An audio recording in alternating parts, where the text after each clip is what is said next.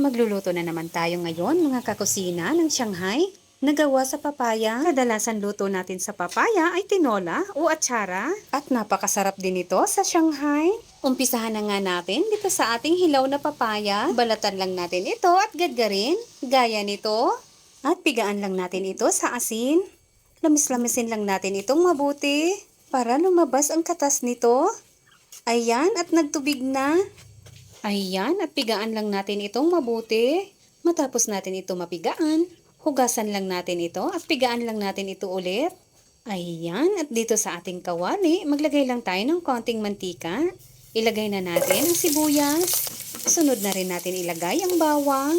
Once lumabas na ang aroma ng ating bawang at sibuyas, ilagay na natin ang ating giniling na manok. Pwede rin po ang giniling na baboy. Depende na sa inyo kung anong gusto nyo ilagay dito. Ayan, at kapag medyo nag-golden brown na at nag-dry, ilagay na natin ang pampalasa, asin at paminta, oyster sauce, at isang chicken cubes.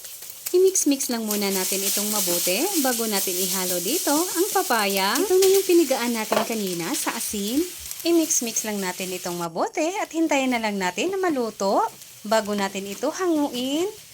At pwede na natin ito ibalot dito sa ating lumpia wrapper. Para mas lalong sumarap, lagyan lang natin ng cheese.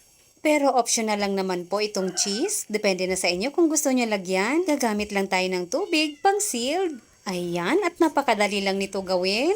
At ayan na lahat ang nagawa natin. At dito sa ating kawali, maglagay lang tayo ng sapat na mantika. Once mainit na, ilagay na natin ang ating mga lumpia. Napakasarap talaga nito. Pwede pang merienda at pang ulam. Baliktarin lang natin para pantay ang pagkaluto. Once nag golden brown na, pwede na po natin ito hanguin. At ayan na, may masarap na tayong Shanghai na papaya. Huwag po kalimutan mag-follow and share. Maraming salamat hanggang sa susunod mga kakusina.